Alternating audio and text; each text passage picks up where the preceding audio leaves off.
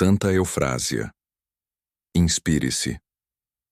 Imagine uma menina de apenas 7 anos, nascida em uma família nobre e rica, que decide abandonar tudo para seguir a Cristo em uma vida de sacrifício e oração.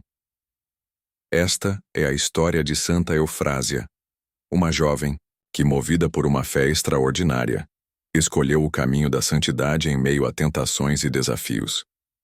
Neste vídeo, você vai conhecer a vida inspiradora dessa santa, que desde a infância demonstrou um amor profundo por Deus e uma dedicação incansável aos mais necessitados.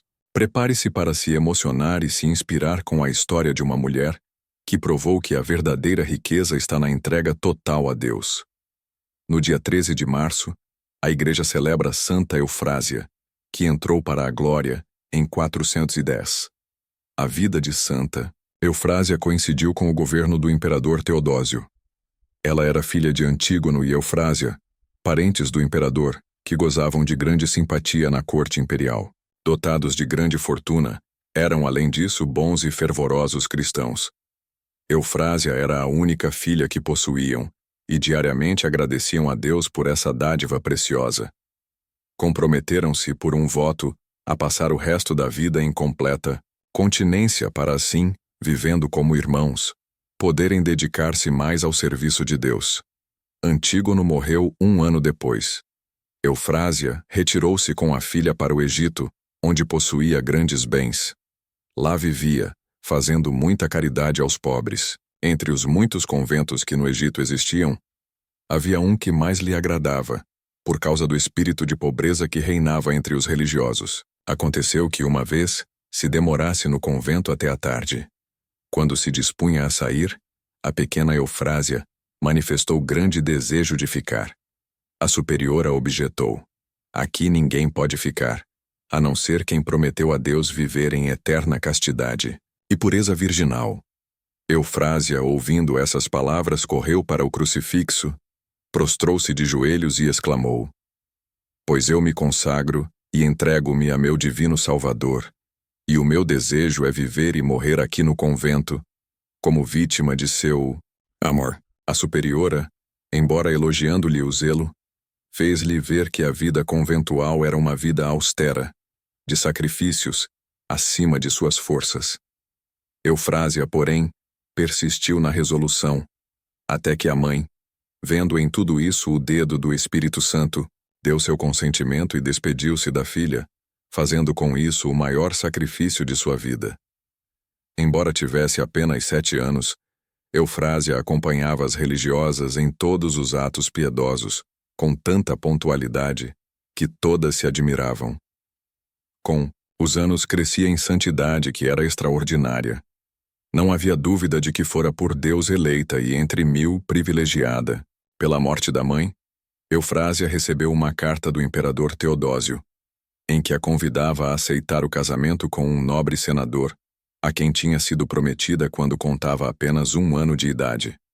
Na mesma carta, o imperador lhe prometia proteção e amizade.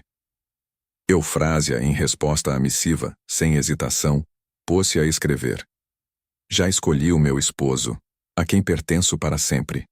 Não posso dar preferência a nenhum outro, que de hoje para amanhã morrerá, enquanto que o meu esposo é eterno e imortal. Tenho só um pedido a apresentar. Peço a Vossa Majestade que distribua os meus bens entre os pobres, órfãos e as igrejas. Dê a liberdade aos nossos escravos. Recompense bem os nossos empregados. Perdoe as dívidas aos nossos devedores, para que eu possa mais sossegadamente servir a meu Deus." Teodósio, admirado da generosidade de Eufrásia, cumpriu-lhe as ordens e a santa serva de Deus permaneceu no convento. Embora fosse de origem nobre, não havia trabalho na comunidade, por mais humilde e repugnante que fosse, que Eufrásia não fizesse de boa vontade e até de preferência. Arrumava as celas, rachava lenha, buscava água para a cozinha e fazia todo o serviço de uma criada, como se tivesse nascido para isso. Apesar de tudo, não permitia ao corpo nenhum regalo. Continuamente trazia o cilício, e o leito era o chão duro. A oração dedicava todo o tempo que a obediência lhe concedia. O espírito maligno perseguia-a com tentações as mais atrozes, não conseguindo, porém, que Eufrásia declinasse do caminho da virtude. Tanta dedicação foi por Deus recompensada com graças e dons extraordinários. Um dia, apareceu uma pobre mulher com o filhinho paralítico, surdo e mudo, pedindo com muito empenho às religiosas que fizessem uma oração sobre ele.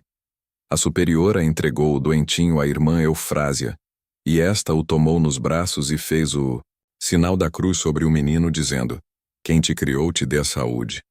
A criança ficou imediatamente curada. Havia no convento uma pessoa possessa do demônio. Apesar de manietada de mãos e pés, era o horror de todos que se lhe aproximavam. A superiora incumbiu Eufrásia do tratamento da infeliz. A religiosa obedeceu sem réplica. A princípio era recebida com impropérios e maus tratos. Pouco a pouco, porém, a doente se acalmou e deixou-se guiar como um cordeirinho. Para expulsar o demônio, Eufrásia armou-se de oração e jejum. Confiada em Deus, deu ordem ao demônio de sair do corpo da infeliz mulher. Embora muito contrariado e com protestos violentíssimos, o demônio largou a presa. Antes disso, porém, ocorreu o seguinte fato. Uma das religiosas, irmã Germana, cedendo a impulsos de inveja por ouvir os elogios que teciam a Eufrásia, por causa do tratamento feliz da possessa, pediu e alcançou a licença de uma vez levar a comida à escrava de Satanás. Corajosa, aproximou-se da mesma.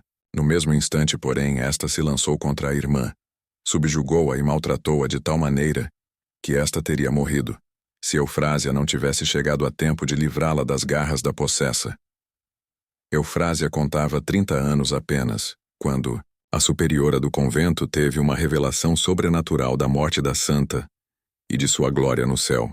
Essa visão entristeceu-a profundamente. Só a muito custo e às instâncias repetidas das religiosas, comunicou às mesmas o que tinha visto. Eufrásia estava ocupada com a fabricação de pão, quando as irmãs lhe contaram a visão da superiora. Tomou-se de grande susto, julgando-se muito mal preparada para comparecer perante Deus. Acalmando-se, porém, entregou-se à vontade de Deus e recebeu com muita humildade os santos sacramentos. 24 horas depois, sobreveio-lhe uma febre, muito alta, que pôs termo à sua existência. Júlia, a mestra do noviciado, assistindo-lhe na hora da morte, pediu-lhe que, uma vez na eterna glória, não se esquecesse dela e da superiora. Eufrásia prometeu-o. Ambas faleceram logo depois e foram sepultadas perto da santa irmã.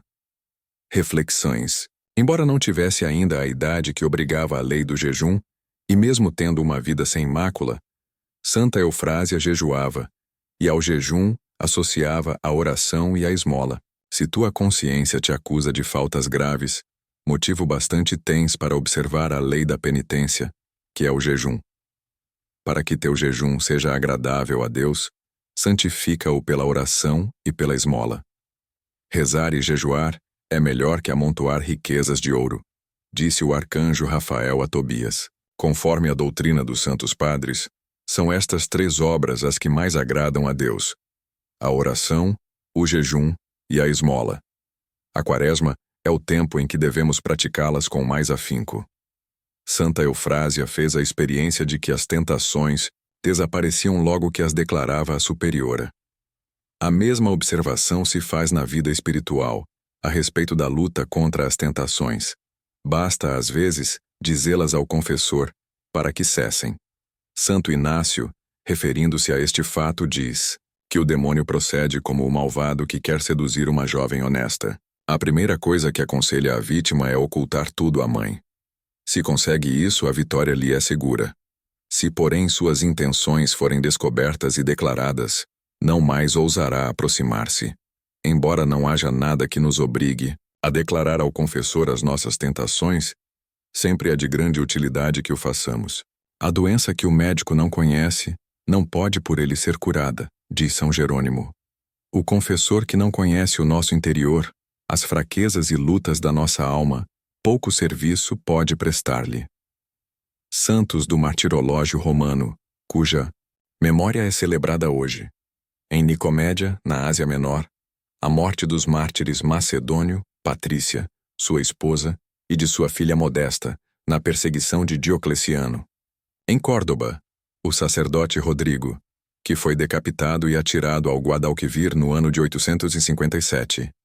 Na Pérsia, a Virgem Mártir Santa Cristina. Em Constantinopla, a memória do bispo Nicéforo, adversário do imperador Leão na questão do culto às imagens. Morreu no exílio. Santa Eufrásia, rogai por nós. Oremos. Senhor, que destes a Santa Eufrásia a graça de perseverar na vida de oração e serviço, concedei-nos por sua intercessão a força para superar as tentações e seguir fielmente o vosso caminho. Por Cristo nosso Senhor. Amém. Gostou deste conteúdo? Não se esqueça de curtir, comentar e compartilhar com seus amigos e familiares. Sua interação é muito importante. E se você ainda não é inscrito, aproveite para se inscrever no canal e acompanhar mais histórias inspiradoras e conteúdos edificantes. Copie o link na descrição e envie para os seus contatos para que o conteúdo chegue ao maior número de pessoas.